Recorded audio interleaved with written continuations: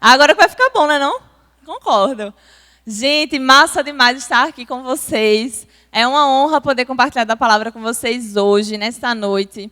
Antes de começarmos, eu tenho uma boa notícia para você. Eu não sei se você já sabe, mas sabia que você já está podendo se vacinar?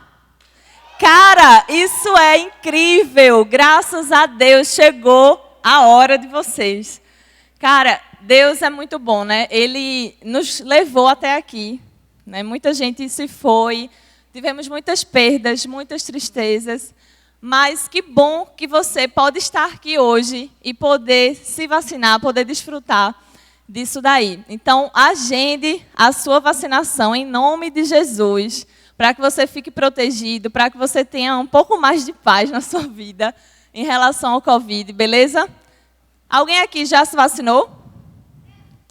É pouca gente, né? Mas agora liberou para os adolescentes, então agendem lá e vacinem-se, beleza?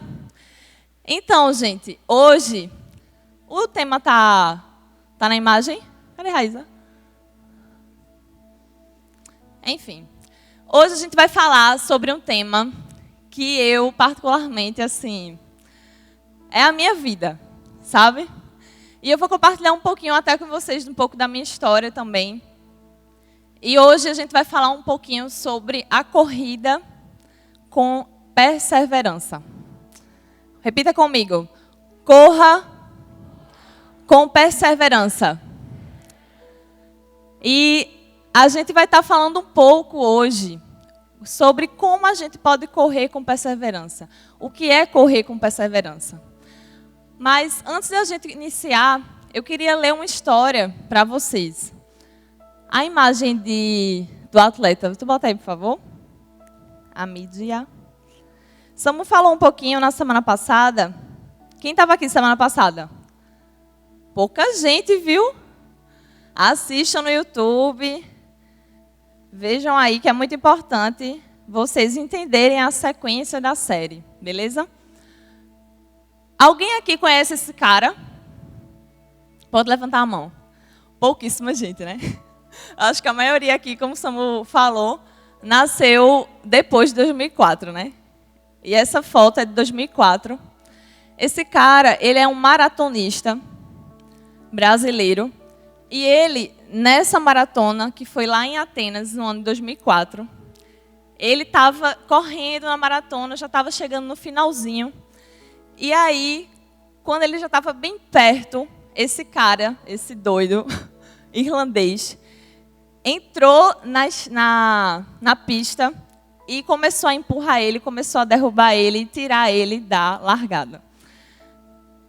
Sendo que o ouro já estava quase na mão de Vanderlei, mas ele continuou ali correndo, continuou ali a maratona e conseguiu ainda o bronze. Eu vou ler um pouquinho da história desse cara para você, porque a história dele é inspiradora para a gente. O nome dele é Vanderlei Cordeiro de Lima. Ele nasceu na cidade de Cruzeiro do Oeste, no interior do estado do Paraná. Um entre 7 filhos de humildes lavradores. Um casal de retirantes nordestinos, fugidos anos antes da seca do Nordeste para a lavoura do sul do país. Ele cresceu no Paraná, onde a família se mudou em 73, e seu sonho esportivo quando criança era tornar-se jogador de futebol, atuando como lateral direito. Na infância e na adolescência, quando tinha o apelido de bodega entre os amigos, ajudava a família como boia fria, colhendo cana-de-açúcar na região. Cursou o ensino primário no grupo escolar, de onde voltava das aulas para casa correndo e comendo frutas dos pomares das vizinhanças. E cursou o ginasial na escola estadual, onde aos 11 anos, apenas pelo prazer de correr que havia descoberto, corria várias vezes em volta da quadra de esportes, durante o período do recreio. Foi nesta escola que ganhou seu primeiro par de tênis, dado pelo diretor, para que Vanderlei representasse o colégio numa prova do campeonato interescolar. Aos 14 anos, começou realmente no atletismo, por incentivo de um professor de educação física, vencendo sua primeira corrida numa prova do interior do estado. É engraçado que a adolescência é uma fase muito típica da nossa vida. É uma fase muito particular. É muito engraçado, é ao mesmo tempo aterrorizante o que acontece na adolescência. Eu lembro que, na minha época, parece que eu tenho 50 anos. Só para me apresentar, meu nome é Amanda, eu sou esposa de Samuel. E eu tenho 25 anos, tá, gente? Eu não sou tão velha. Sendo que, às vezes, eu me sinto tão velha por estar no meio de gente tão nova. Mas eu tenho um espírito jovem, tá, gente? Eu sou da era, como é que fala? Millennial, é? Quem é Millennial e quem é... Eu já me confundi já. O quê? Geração Z. Eu sou... A última é a Z ou a Y? Eu me esqueci. Eu sou da geração de vocês, por incrível que pareça. Mas eu sou meio cringe, porque eu sou de 96. Então, eu estou meio ali na fase de transição. Mas eu queria que vocês mostrassem a primeira foto. E eu queria mostrar como eram os adolescentes da minha época, tá? Esse é... Quem vocês acham que é essa pessoa? Tio Samuel. Minha gente, Deus, ele faz milagres. Será que você tem dúvida disso? Essa é a prova que Deus é poderoso e faz milagres, entendeu? Ai, amor, Deus foi bom contigo, viu? E vê, isso, se você se acha feio hoje, gente, você não é feio, entendeu? Os adolescentes da minha época eram muito mais feios, você não tem noção. A gente não tinha acesso a tanta coisa, a tanta maquiagem. Eu lembro que eu só passava lápis no olho e olhe lá. A gente não tinha acesso a tanta roupa estilosa, a tantas referências. Então a gente era feio, assim, feio, entendeu? Samuel aqui, eu acho que nem era tão adolescente ainda. Acho que ele tinha uns 19, 18, 17. Ah, então era adolescente ainda. Pode passar. Olha pra aí, carinha de bebê, gente. Ele, Jonatas, nosso antigo líder e melhor amigo de Samu. Meu Deus do céu. Tão bebê, pode passar. E olha o estilo. Pronto, esse era o estilo dos adolescentes da época, gente. Era esse, exatamente esse. Bem brega, bem jegue, entendeu? Um negócio bem particular. Pode passar. Agora eu vou me mostrar. Essa daqui sou eu, adolescente, tá? Grande, já era grande. Não, nunca fui pequena.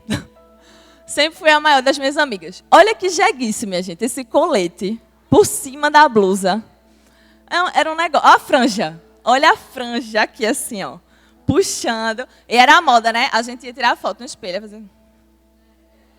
Desse jeito. Horrível. Horrível. Meu Deus do céu. Isso aí foi quando eu era adolescente ainda. Tinha 16 anos. Quando eu passei no vestibular. Pode passar. Na faculdade, pode passar. Acho que esqueceram de uma foto. Ai, quando eu jogava bola e tênis de mesa. Mas eu mostrei essas fotos para você entender que você não é tão feio, entendeu? Que a minha época era muito pior e que você pode se sentir melhor, porque você tem acesso a mais recursos. Mas sério, pode tirar, gente, as fotos, obrigada. Essas fotos horríveis, meu Deus. E tem piores, porque na minha época era Orkut. Então, no Orkut tinha fotos muito piores, muito. Mas a gente, graças a Deus, foi excluído o Orkut e a gente deixou passar isso na nossa vida, né? Mas a adolescência é uma onda, porque é um período de transição. E todo período de transição é difícil. Toda vez que a gente vive um período de transição na nossa vida, é um período muito difícil. Quando você se muda de um lugar para o outro, quando você muda do ensino fundamental para o ensino médio, todo período de transição é difícil. Mas é um período muito especial, é um período que sonhos são gerados no nosso coração, sabe? É um período que a gente começa a se entender, a se conhecer, a entender quem a gente representa, sabe? É um início de uma nova fase. Você nem é mais criança, mas você também ainda não é adulto. E muitas vezes isso é chato. É ou não é? Vocês podem falar, gente. É ou não é chato? É chato. Eu me lembro que eu tinha um sonho de tirar minha carteira de habilitação. Eu amo dirigir, amo. Mas você só pode tirar a carteira com quantos anos? 18 anos. Você só pode, assim, né? A gente não, mas você só pode beber com 18 anos. Você só pode fazer as coisas com 18 anos.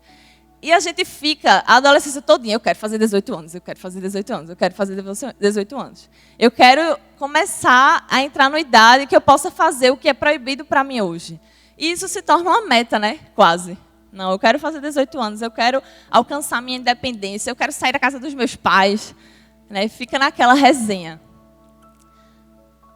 E a adolescência, gente, ela não é simplesmente para isso, sabe? Você precisa entender que essa é uma fase para você aproveitar. Aproveitar as oportunidades. Aproveitar aquilo que colocam na sua frente, sabe? De bom. Quando eu tinha 6, 7 anos de idade, meu pai, ele me colocou no futsal. Eu comecei a jogar bola. E eu comecei a me apaixonar pelos esportes. Eu era doida, eu queria fazer todos os esportes possíveis. Handebol, basquete. Até o que eu não gostava, eu queria fazer. E eu comecei a jogar, comecei a me envolver com isso, comecei a sonhar com isso. Até pensei em ser atleta profissional. Não que eu tivesse o dom e a habilidade total para isso. Mas eu queria, sabe, eu achava massa.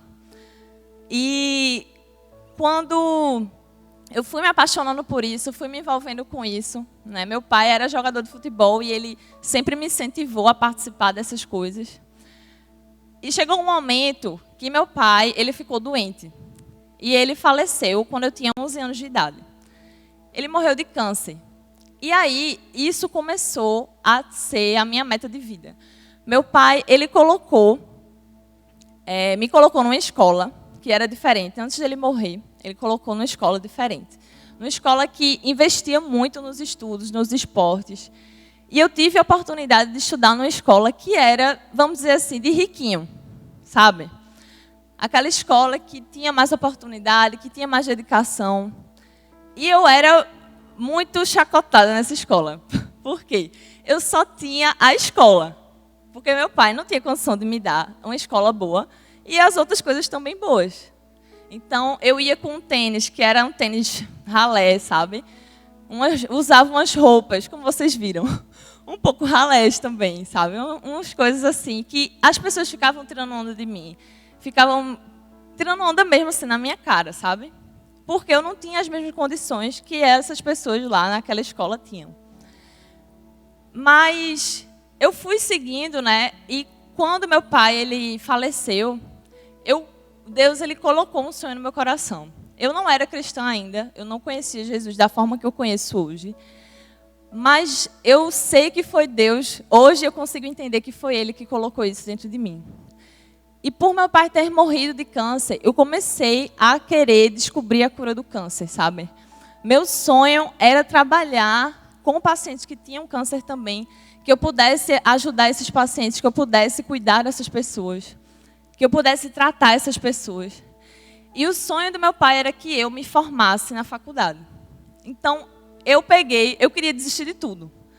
Meu chão parecia que tinha se aberto assim, embaixo de mim. E por mim eu teria desistido de tudo. Mas eu peguei esse sonho que foi colocado no meu coração. E eu me agarrei a ele assim, ó. Me agarrei com todas as minhas forças, com tudo que eu era, com tudo que o resto que eu tinha. E eu persegui aquilo. E, cara, eu fui. Estudava. No começo eu não consegui mais estudar como eu estudava. E depois eu levei um choque de realidade. Fiz a prova da UPE do seriado. Tirei uma nota terrível.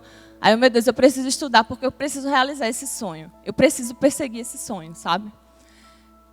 E aí eu fui, me dediquei, passei na faculdade, como vocês viram lá a foto. Nessa época você via o listão da Coveste, da Federal, lá, e foi um momento incrível, que eu fui lá doido, um monte de gente procurando assim meu nome no listão. E eu passei na faculdade, fiz a faculdade de farmácia, fiz depois a residência na área de oncologia, que é a área que cuida de pacientes com câncer. E hoje eu trabalho no Hospital de Câncer de Pernambuco. E eu cheguei no meu sonho, sabe? Eu cheguei naquilo que Deus ele tinha colocado como um propósito na minha vida. E eu queria compartilhar com vocês como eu cheguei nesse ponto. Como eu cheguei até aqui. E como a gente tem que correr a corrida que nos é proposta. Se a gente não corre, gente, a corrida que nos é proposta com perseverança, a gente nunca vai vencer. A gente nunca vai chegar lá na linha de chegada, sabe? A gente precisa ter perseverança. Alguém aqui quer dizer para mim o que é perseverança? Na sua concepção. Persistência. O que mais? O que não ouve, não? O quê? Pode tirar, mas... Continuar apesar das adversidades. Eu esqueci o que tu falou. Fala de novo, por favor. Persistir nos seus objetivos. Constância e não velocidade. O que mais? É tudo isso que vocês falaram. Perseverança é você continuar. É você persistir. É você insistir, sabe? Eu sou uma pessoa muito teimosa. Quem me conhece sabe, né? Eu sou uma pessoa muito teimosa. E os teimosos têm essa vantagem. Porque é mais fácil você perseverar quando você é teimoso. Inclusive, é um sinônimo de perseverança. É a teimosia. É você teimar com aquilo, sabe? Claro que com moderação, né, gente? Mas é você continuar, é você persistir, é você insistir naquilo, sabe? Perseverar é isso. E quão importante é, gente, a gente entender isso e levar isso para a nossa vida. Quantos anos eu levei para chegar nesse meu objetivo? Isso foi plantado no meu coração quando eu tinha 11 anos de idade. Eu comecei a trabalhar nessa área com 23 anos de idade. Foram 12 anos. 12 anos. Você vê várias e várias histórias na Bíblia de pessoas que tiveram que persistir por diversos anos, sabe? José teve que persistir por 13 anos para chegar a uma posição de governador. Tantos e tantos exemplos que a gente tem na Bíblia. Esse cara mesmo, que eu li aqui a história dele, ele não teve uma adolescência fácil, teve? Não teve. Ele tinha que trabalhar, ele era de origem humilde. E ele teve que persistir muito para chegar no objetivo dele. Eu queria ler um texto com vocês, que está lá em Hebreus, capítulo 12, que é o versículo, a passagem base, né, para o tema desse mês. Portanto, também nós, visto que temos a rodear-nos tão grande nuvem de testemunhas, desembaraçando-nos de todo o peso e do pecado que tenazmente nos assedia, corramos com perseverança a carreira que nos está proposta. Olhando firmemente para o autor e consumador da fé, Jesus, o qual, em troca da alegria que lhe estava proposta, suportou a cruz, não fazendo caso da ignomínia, e está assentado à destra do trono de Deus. Considerai, pois, atentamente aquele que suportou tamanha oposição dos pecadores contra si mesmo, para que não vos fatigueis, desmaiando em vossa alma. Eu quero focar no primeiro ponto. E o primeiro ponto é: foque nos seus objetivos e no seu propósito. Cara, Deus, ele tem uma corrida para você. Ele tem uma corrida proposta para você. Mas você precisa focar nos seus objetivos. Não é porque você é adolescente que você precisa levar a sua vida de qualquer jeito. Não é porque você é adolescente que você precisa não estar nem aí com nada. Porque é nessa fase que as oportunidades surgem. Foi nessa fase que ele se apaixonou pela corrida, Vanderlei. Foi nessa fase que Deus ele colocou esse sonho no meu coração. E se eu não tivesse agarrado todas as oportunidades que estavam na minha frente, eu não tinha chegado até aqui. Você precisa focar, você precisa olhar e entender. Pare hoje e pense, quais são os seus objetivos de vida? Qual é o seu propósito? O que é que Deus ele já falou com você acerca do seu propósito? E para onde você está correndo? Porque, gente, não adianta a gente se perder no meio do caminho, simplesmente porque a gente não está nem aí, porque a gente não vai chegar na linha de chegada.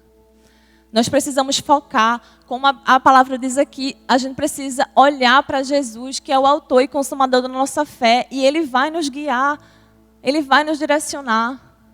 Muita gente me pergunta, Amanda, como é que você chegou? Como é que você sabia que era o caminho? Como é que você sabia que era isso que você precisava fazer? Às vezes a gente não sabe que vestibular prestar, a gente não sabe que caminho seguir. Mas, cara, Deus, Ele vai lhe dar clareza.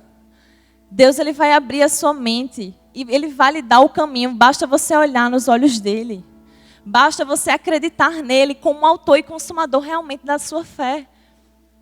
E Ele vai lhe encaminhar. Ele vai lhe direcionar. Ele vai lhe colocar no caminho que você precisa correr. É isso que você precisa fazer. Em segundo lugar, eu quero que você entenda que você precisa ser leal aos seus compromissos. Abra aí sua Bíblia em Tiago, capítulo 1, versículo 12. Podem abrir.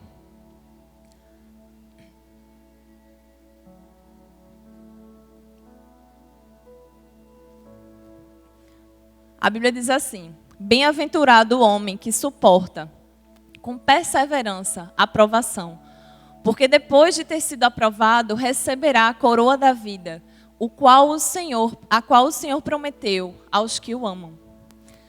Na versão da Nova Linguagem de hoje, diz assim: feliz é aquele que nas aflições continua fiel. Como é teu nome, menino? Como é teu nome? Como? Não entendi, não. Yahvé? Sério? Que massa! Jesus aí, menino. Arrasou. Como Yahvé falou, perseverar é você continuar, é você persistir apesar das adversidades. É você ser leal aos seus compromissos. Cara, não é porque você é adolescente que você precisa sempre achar que as coisas não precisam ser feitas com responsabilidade. Você precisa ser responsável, você precisa ser leal, honrar os seus pais, obedecer os seus pais.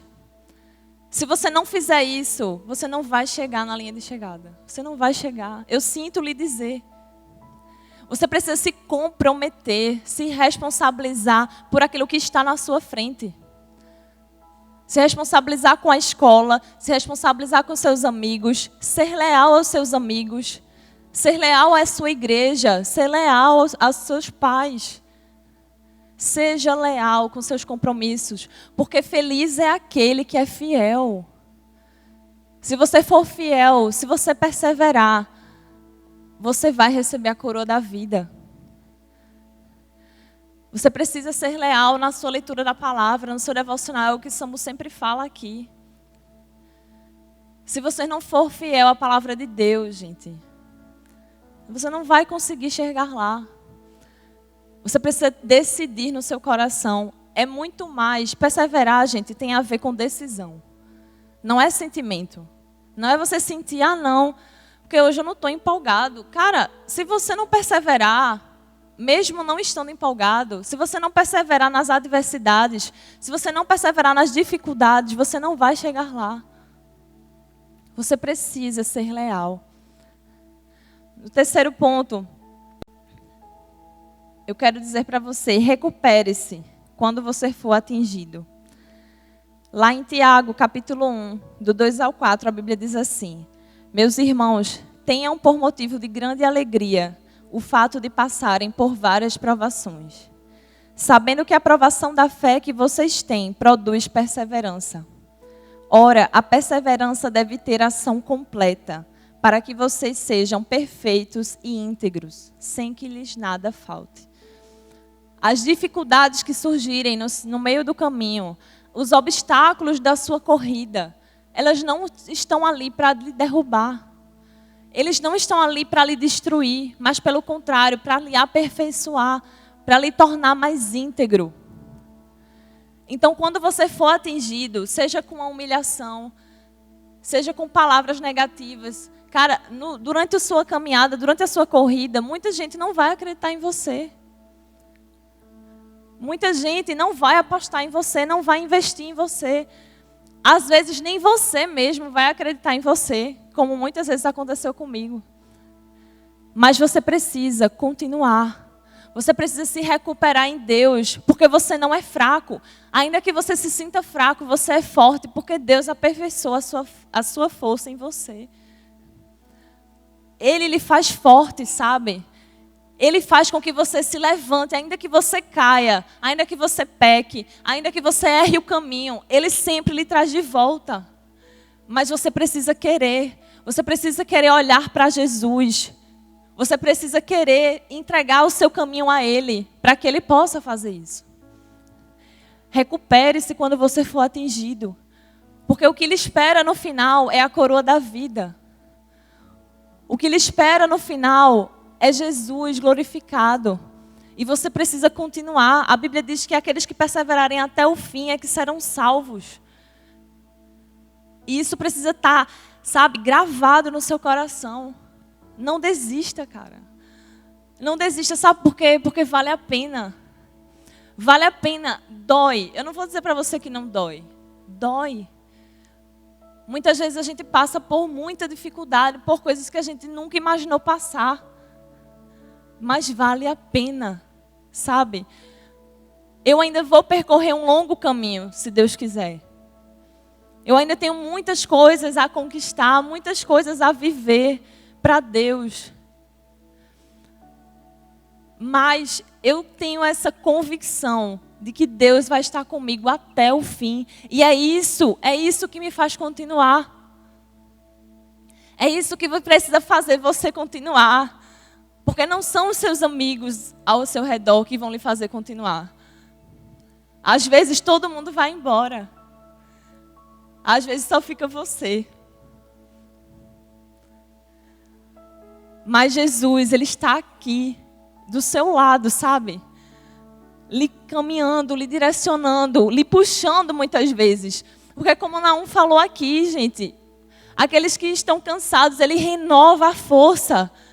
Ele faz voar como águias. E isso é que nós somos, porque nós somos filhos dEle. Então se recupere, se renove em Deus quando você for atingido, mas não desista. Não desista da corrida proposta a você. No quarto ponto eu digo, arrisque nos momentos certos. A Bíblia diz que se a gente não perder a nossa vida, não tem como a gente ganhar. E às vezes isso é contraditório. Às vezes a gente fica confuso. Porque muitas vezes o mundo parece muito mais atraente do que viver em Deus, do que viver em Cristo, do que correr essa corrida. Mas tenha certeza, eu abandonei o mundo. Eu realmente deixei vários outros amores. E valeu muito a pena. Vale a pena arriscar tudo, sabe? Muitas vezes. Agora nos momentos certos.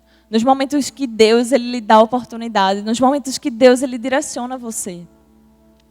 Dê tudo de você para Deus. E Ele vai lhe dar muito mais, muito além do que você pode pensar ou imaginar. Mas arrisque.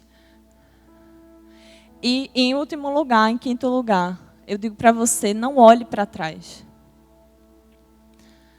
Eu não sei se você conhece a história da mulher de Ló que virou uma estátua de sal. E ela virou uma estátua de sal porque ela olhou para trás. Ela olhou para aquilo que ela estava deixando. E a gente não pode olhar para trás. Sabe por quê? Porque não adianta você olhar para os seus erros do passado. Não adianta você olhar para as coisas que você acha que são boas para você, mas na verdade não são. Não adianta você olhar para trás. Sabe por quê? Quando a gente olha para trás de uma corrida, o que é que acontece? A gente cai, a gente tropeça, a gente perde o ritmo.